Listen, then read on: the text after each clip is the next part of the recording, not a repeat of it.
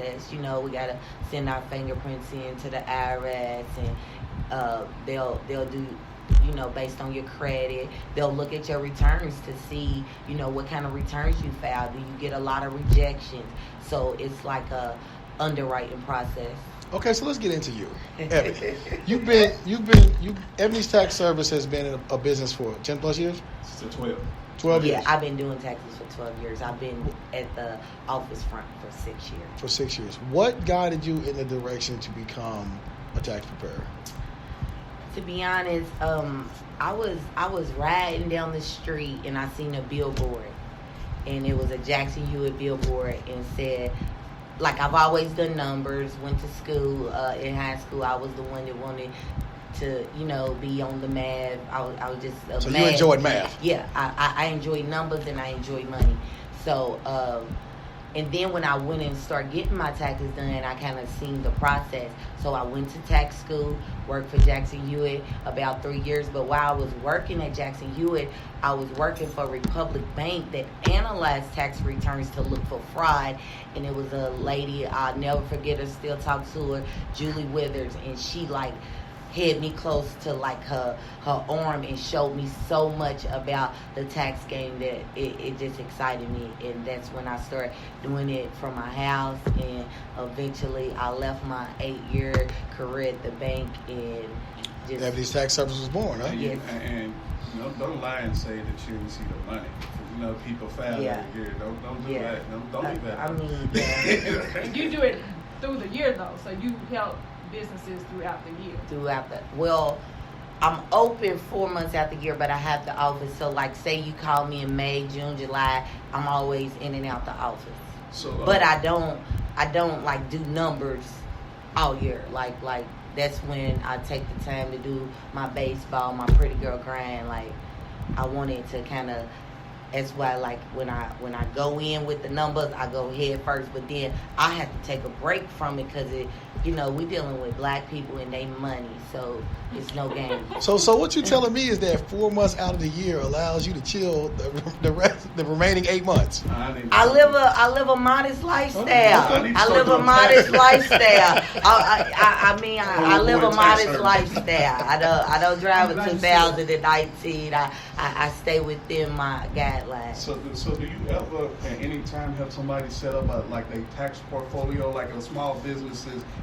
Can they come in and get consultation telling you what paperwork to keep, what paperwork not to keep, yes. Stuff business like that? gets up and I do that. That starts at about $50 for a business. $50 what, per hour? No. Oh, just $50? I'll start, you know, depending on how much time, you know. Yeah. Oh, okay. So, we're rolling with the tax service, right? Yeah. I'm curious as what are the type of things that will trigger an audit? Because that's what we're all scared of. Everyone who files taxes are terrified of an audit. What are some of the red flags that, or what are some of the things that people file a tax that can trigger an audit? There, especially with your small businesses that's not keeping accurate paperwork. They'll look at small businesses that receive cash. So your barbers, your beauticians, your lawn care services, because it's no tracking mechanism as far as verifying the income. Yeah, so they'll look at that. As long as you have your proper documentation, you'll be fine. So they'll look at business use of home, to where a person might have a small business and they'll try to use that business use of home. I'm laughing because I have the T. Marie Consulting in my business, but I found that on my personal taxes. Yeah. And my transactions are cash. Yeah. So they look at all that. What you have to do is have receipts, keep a log, a journal. Yes.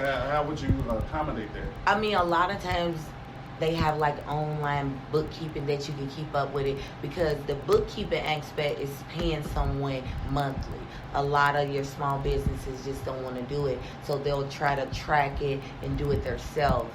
Maybe they don't make enough money to pay somebody. But I mean, okay, like say for somebody who do cut grass, you know, where the transaction is often hand to hand money, you know what I'm saying? Then so you'll have to write it down or put it keep in yourself the log. Keep yourself a ledger. But the burden's on you. Okay. So they come. I mean, I keep, track of everything. Yeah. So And that's I have what you invoices, have to do. I have receipts. Yeah. It's not the amount that I bring in.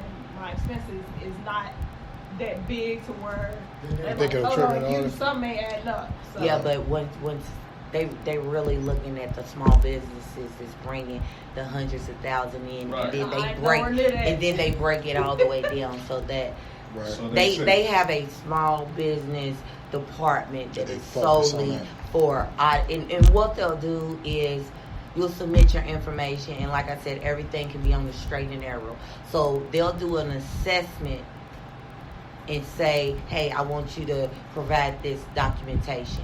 If you ignore that notice, they'll send you a bill for maybe $20,000. But all they're saying is, can you provide all this documentation that you submitted?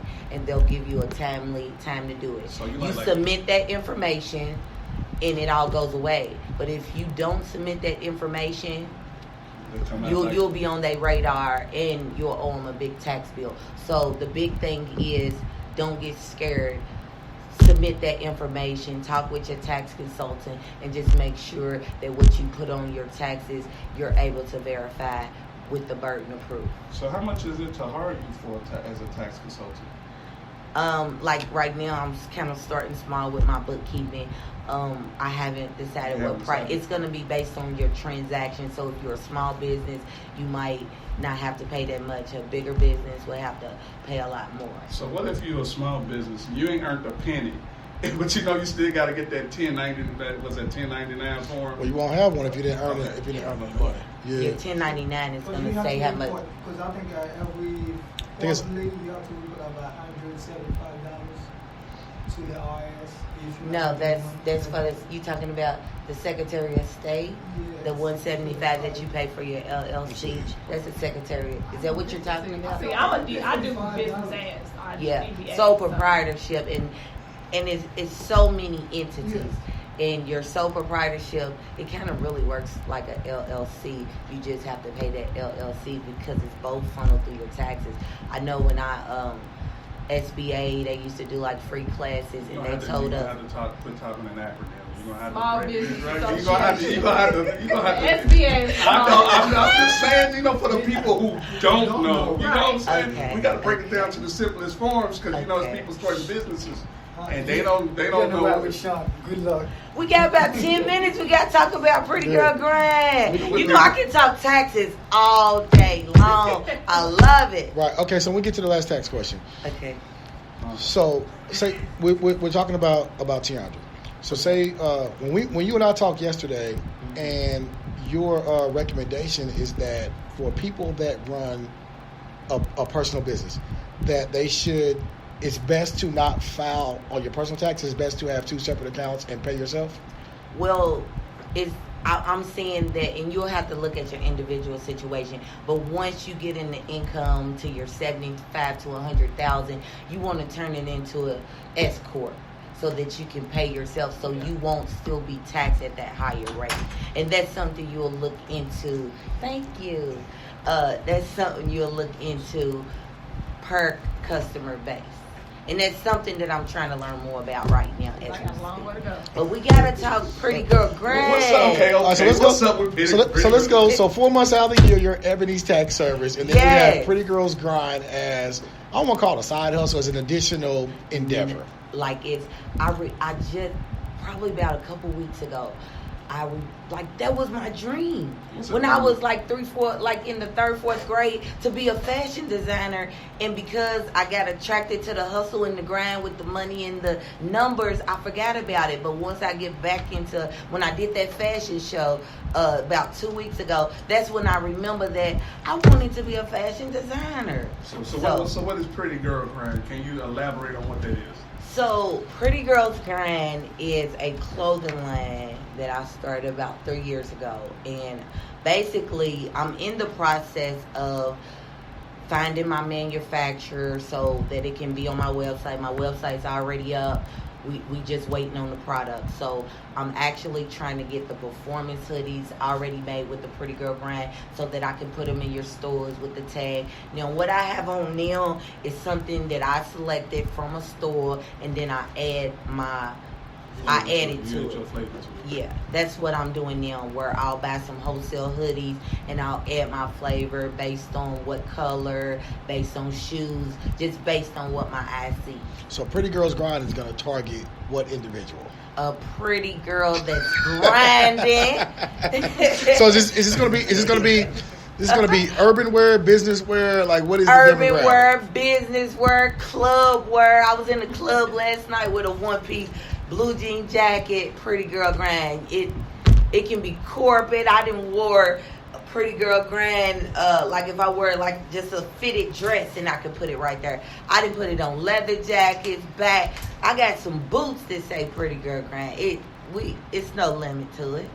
However you want, rock it. So how's the Pretty Girls Grind taking off? Are people receptive to the brand? They are. I appreciate my city. They are. So I gotta leave here and go right in the lab and make some pretty girl grind. So Pretty Girls Grind is not male friendly. Is there? We had this discussion too. We did. It's coming, but it's one me, and I got so many things, and that's why I'm trying to rap like, cause these millionaire visions they rolling, but I gotta plan my work and work my plan. So a male line is definitely coming, but it's Pretty Girl Grind. I gotta stampede this one first. Yeah, because she came in here. No, I had a powerful win, and it came to me. I called a friend, they didn't answer, and I lost the idea. You lost the vision? No, I lost the vision. Oh, okay. It was something with the P, and I remember prevails at the end, and it had a fist.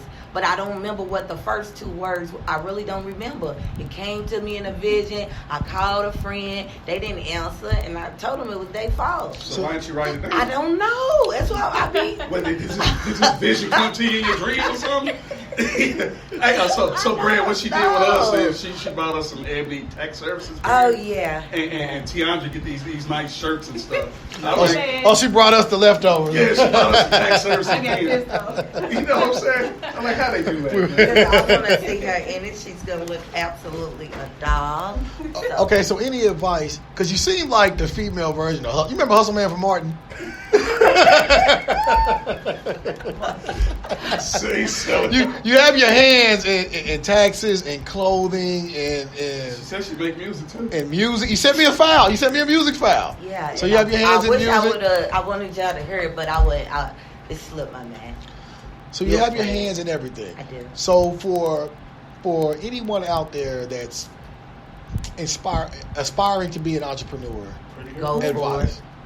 Well, everybody can't just go for it. Everybody just can't. You do got to have a dollar in a dream. Okay. So you're gonna have to, plan your work and work your plan. I know SBA, Small Business Association. I think they're still located on Second. You heard of it? Mm-hmm. Okay. It's a lot. It's free. And I promise you, I learned more going to them classes in 4 months than that 40,000 education, because they went right into the marketing of it. They even talked about the bookkeeping of it, because they didn't know I was gonna have a tax service. It was just for small businesses, so they right on. So something like that. Were those classes free? Yes. Okay. They were free, or they were a small amount, like $5-10, but most of them are free. You got a business library on the York Street, so a lot of people want you to do that work for them. No, you got to do your work. You got to do the research. You got to figure out. It's because if someone do all the legwork for you, you're not gonna understand what it takes to make it successful. So you definitely want to get your business plan, revisit that business plan, and try to get your financial security behind it through banks. I know they used to do, the city was doing where they'll help with kind of grants, the $20,000 that they were giving small businesses? Yeah. Yeah, I know. About the small business. All right, we're gonna get you out of here. But look, I've been seeing you romancing on the gram. So is there a wedding in the future? I see you and your guy be on the gram, on the beach. We're not talking about that. We can't go together no more. Why would you go there? Wait a minute, it's over. He broke up with me. Don't. Oh yeah, we don't want to go. Until next time on Early Morning. Hey, when did that happen? girl's business. 4 months ago.